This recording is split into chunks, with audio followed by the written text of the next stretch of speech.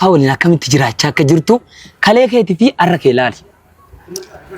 Daraartuu wanni beekuu qabdu guyyaa biyya tanarraa kaatee deemtirra jireenyaati keessa turte in hordofaan quba qaballee in beekallee akkatti jiraachaa turte mana keessa akkatti jiraattu abbaa manaa kee kana waliin amallatitti waliin jiraachaa turte baay'ee gurraa qaballee dhagaallee jira. Daraartuu anaa dhufu. Walitti salaam. Anaa dhufu akkam? Nagaadha. Taa'e jirta akkam? Nagaadha. Baga nagaan dhuftee anaa siin jedha. Baga nagaan nuyi. Guyyaan har'aa kun guyyaa addaati si argadhee guyyaa tokkollee yaadeen beeku. Guyyaa har'aa si arguu koof baay'ee tokko gammadaadha. Ati khajira wal arkaan rakkoo. Bana garaachiin du'aa hin qaba. Armiin koo abbaan koo du'aa hin godhanii turanii. Adabban nama godhannu osoo kana bichaaf hin taane. Kan koo kun adda maaliif taanan nama baay'ee jaallattu tokko yeroo dheeraadhaaf nama eeggachaa turte tokko biqiltuu kunuunsaa turte tokko gaafa firii isaan argin baay'ee garaa nama nyaata. Ani garuu akkasan ta'e biqiltuu tokko sooree osoo firii isaan argin dhabee ture amma immoo eebba rabbii fi eebba armii koon si argachuu koo baay'ee gammadaadha. Milkaa'aadha yaada. Waliin olaalla. Amma tokkummaa wanti wal argina malee akka dursanii miti. Mee akkami akka bootaa dur jirta moo bootaan dursalaa hin beektaa? Alaa bootaa duree san jira amma haadha manaa ta'an. Abbaa manaallee argatte jedhanii hin beeka. Akka abbaa manaa argattellee argattee wajjumaan as deebitee as jirtanatti fakkaate. Ismaa wajjin dhufee asla. Isa waliin dhuftee anis akkana jiru garuu hin beektaa akkanani lafa tana jiru Itoophiyaa keessa jiru. La, amma antana torban mana kana dubbisee galte malee kuban qabola. Caarradha. Wanti martuu caarradha. Anillee atti asii buukuuf gammadaadha. Haala jiru immoo waliin itti deemnu akka waliin jiru waliin itti deemne dheeyyaadha. Wanti jiru kunis dura waan jiru hin beekta. Akkan abdii sirraa qabu. Dura wayammaa fi dura. Abdii sirraa qaba hin beekta durallee warri keellee hin beeka. Anillee hin beeka. Kanum ta'ore ammaan tanaan ijaarsan qabaan warri keenya beekanis sa'atillee hin beekan sakkanaan ijaarsa qabu ani ni beekta. An jaarsa kee rakkoon qabu. Ani ibsi walii agalluu malee jaarti kee hin rakkisu. An jaarsa keetti kallattii gabaaban itti deemuu dandeenya. Banne dubbuma kana tana deemaan dhufe ammaa sanaatiin natti yeroo deemta. Maaf seetee dubbiin ati sodaattu amma jaarsa keetii moo of sodaatta? Keef of sodaachuun. Yani hati mana durgitti dhiira biraa dhiira lama heerumtee dhalaan intalti dhalaala. Nama jaalatan waan hin taaneef hin jiru bar. Dubbaa taate san jaalala ijoollummaati kaduraanii ta'ee ammaati. Jaalala ijoollummaa kasii qabu ana ture iyyuu ana ture jaalala naan hubanne malee. Ijoollummaati ammaan tanatti guddannee atilleen fuudhuu dandeessaa mukeen fuutee jirtaan beeku. Anuma ani alhamdulillah heerumatiin jira. Anamma atillee jaalatullee dhiistullee anamma wanta ati na hubachuu barbaaddu kan jaarsa keetii rakkoon qabu ani fixa. Ka ifixaan kallattii jiruun ka jaarsa keetii akka nu rakkisne fixuu danda'a. Garuu ati akka na hubattu hin barbaada. Absa maali? Na hubachuu barbaada. Kana deeman maali? Na hubachuullee qabda. Maali si hubadda? Obsa yeroo dheeraati. Ani obsa yeroo dheeraa jaarra dheeraa seegi taa'e. Eegtee haaya tamaamsan dubba jaalalta tagaafa ijoollummaati. Tagaafa ijoollummaati ammaas ilaaluftee bultii keelaa taate. Illaa kun sirreessina bultii diideen baatu bultuma keessa taa'ee bultii jaarraa rakkoon qabu sirreessina kan beekuu qabdu anibsiif wareegama ilmi namaa jaalalaaf laatu laadhee jira. Sunis maal jennaan guyyaa ati biyya kanarraa kaatee deemte gurbaa kana waliin deemterraa anaa barnoota kootta aftii fi ta'ee barachaa turellee barnoota keessatti si'a meeqa kufee. Sababa keetiin kun danuun. Aga yeroo tokko hin darbamu bira si ga'e. Isma hojiin deemu imsa hojii deemu sababa wal baadde untan wal barraa wal foone malee. Sammalattis ati yaani yookiisuma sammuun qabneef barnoota keessa kofte malee ana miti sababni. No barnoota duraan wani naa beekuu qabdu anaa duraan tokkoffaa lammaffaa ba'aa ture yoo ati biyya tana keessa jirtu maaf ani si ilaala yoon bahee galu ati anaaf gammachuudha si ilaala sitti boonaa ture gaafa duraa si dhabu garuu. Taateen keessa ture anaa fi yeroo tokkotu beeka waan keessatti dabarsaa ture ana beeka amma immoo teessee siin hubadhu jechuu dadhabuu keetti. Keef si hubadda adii yoo barbaadde kaadhuma siif hin barbaadan.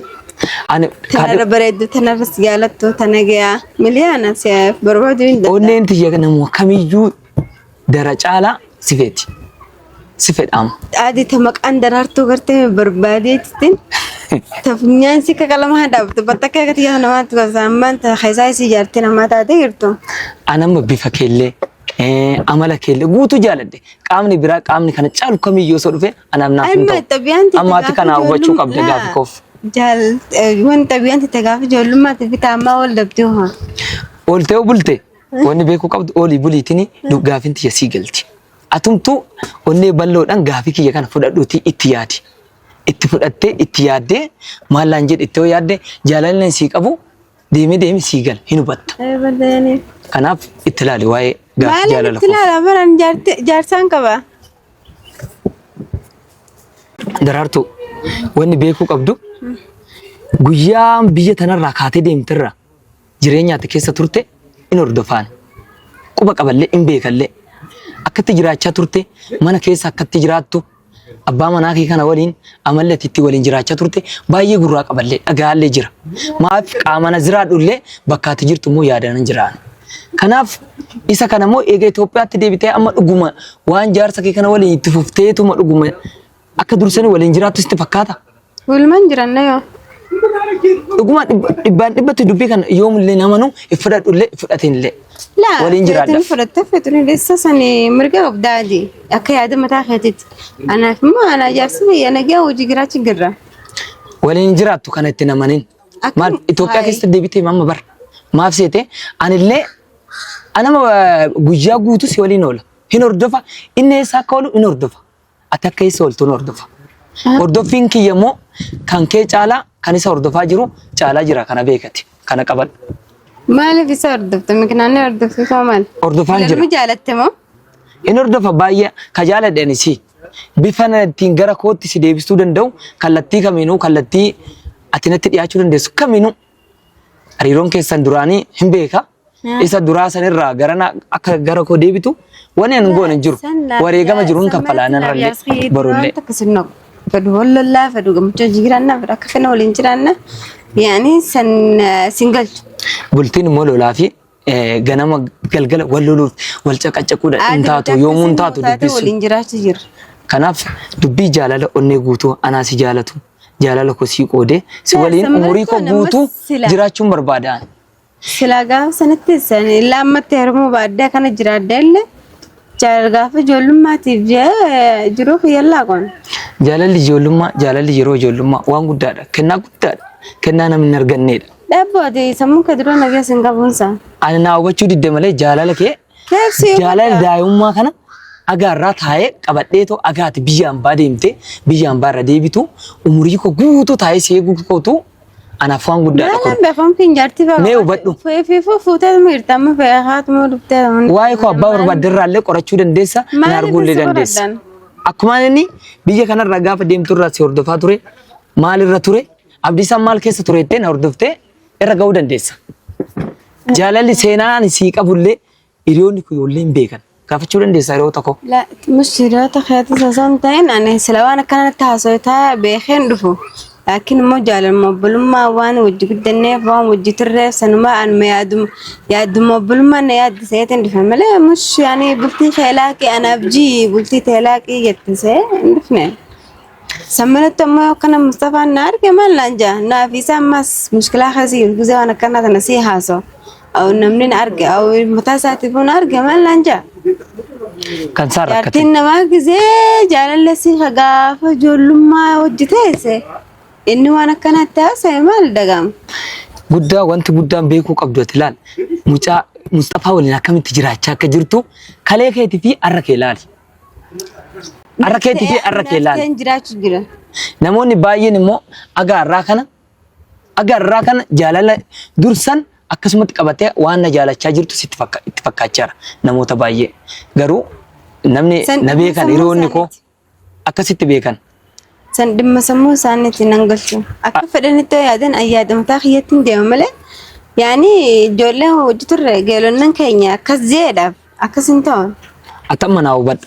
Wanni si rakkisa jettee yaaddu Mustafaan abbaa manaa kee si rakkisa jettee yoo yaadde kana konkumaa yaade natu sirreessa san. Sana naa dhiisi sirreessaani. Kallattii namni sirreessuun. Ani gaarummaan illee ammeenyan illee sirreessu kallattii sirreessan ani kan koo qofa. Akka ati kan koo qofa taatuun barbaadan. Sirreessaan garuu ati itti yaadi. yaadi si ta'uu qaba kun. Maal boon jechitee warra keessan inni seete? Kanatti yaadi. Hojii manaa siifaa ta'u dubbiin. Sa'amala safaata adeessitamaa? Dubbii kana qabadhu. Safaata adeess toora Mustafaan jiru sin babayin toora an jirullee hin babayin. Mustafaa waliin oolla.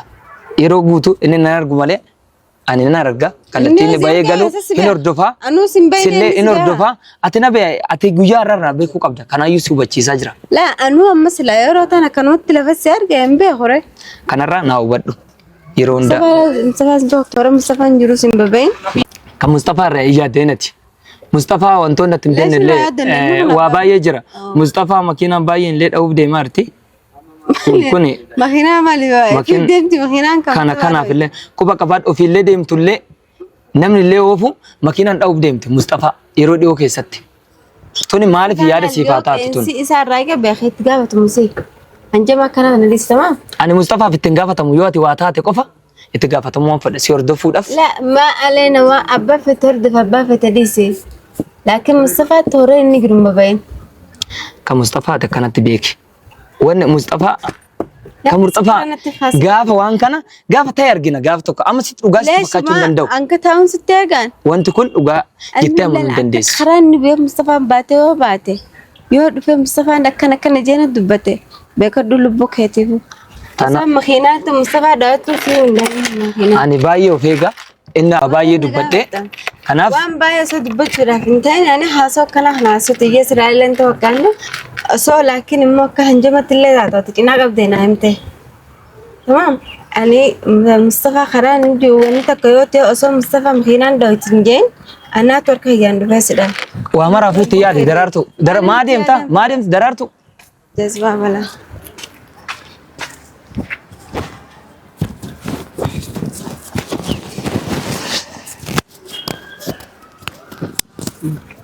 Gifti dure amala kabetti gaddi sanura ifa jiru ko dure to ati Sino jajensi jaja jirana situna bonse mbona jirate ko to ani Sina ore sina ndila yase ore bopase kanundi beku abinko suma